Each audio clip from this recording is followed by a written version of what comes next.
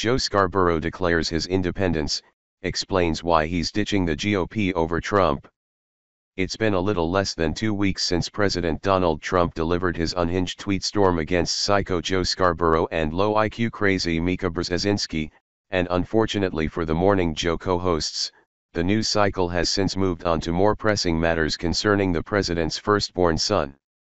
The betrothed colleagues postponed their 4th of July vacation to fire back at Trump on air, and shared some thoughts on the president's bizarre obsession with female blood with the New York Times, but their sit-down with Stephen Colbert on Tuesday night's Late Show was their first televised interview since the debacle. And Scarborough came armed with big news.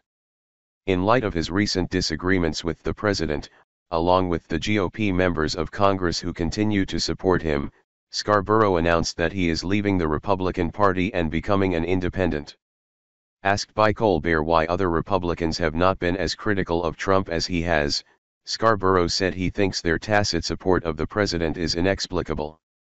He argued that the party has betrayed its core values since long before Trump took office, pointing to December 2015 when then-candidate Trump first called for a total and complete ban on all Muslims entering the United States.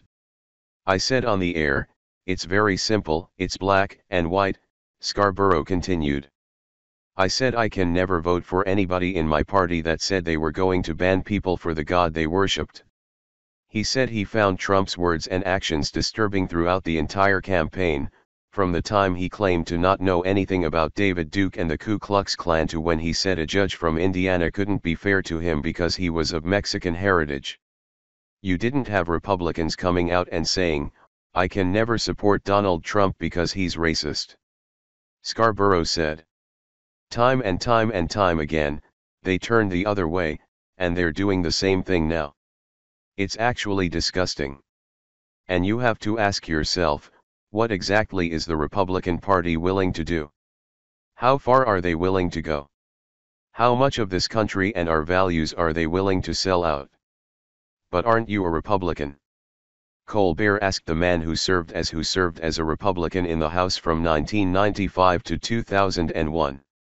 I am a Republican, but I'm not going to be a Republican anymore.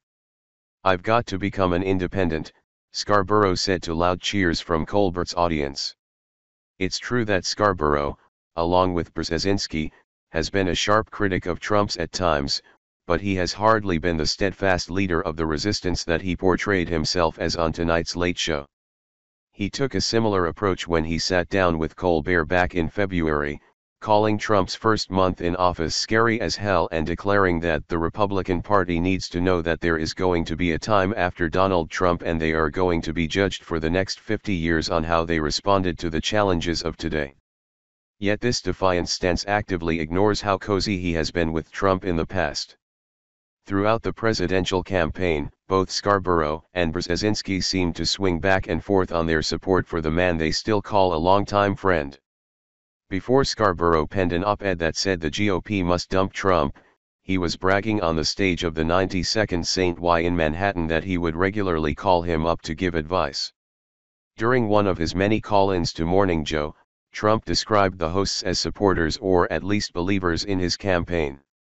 Scarborough may well be outraged by Trump's various racist statements and policies, but the one thing that seems to have finally ended their on-again, off-again relationship for good was the president's personal attack on Brzezinski.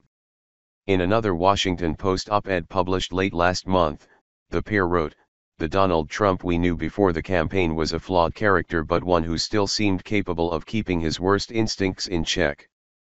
But while the tape of Trump boasting about grabbing women by the pussy was not released until a month before the election, he made those comments in 2005.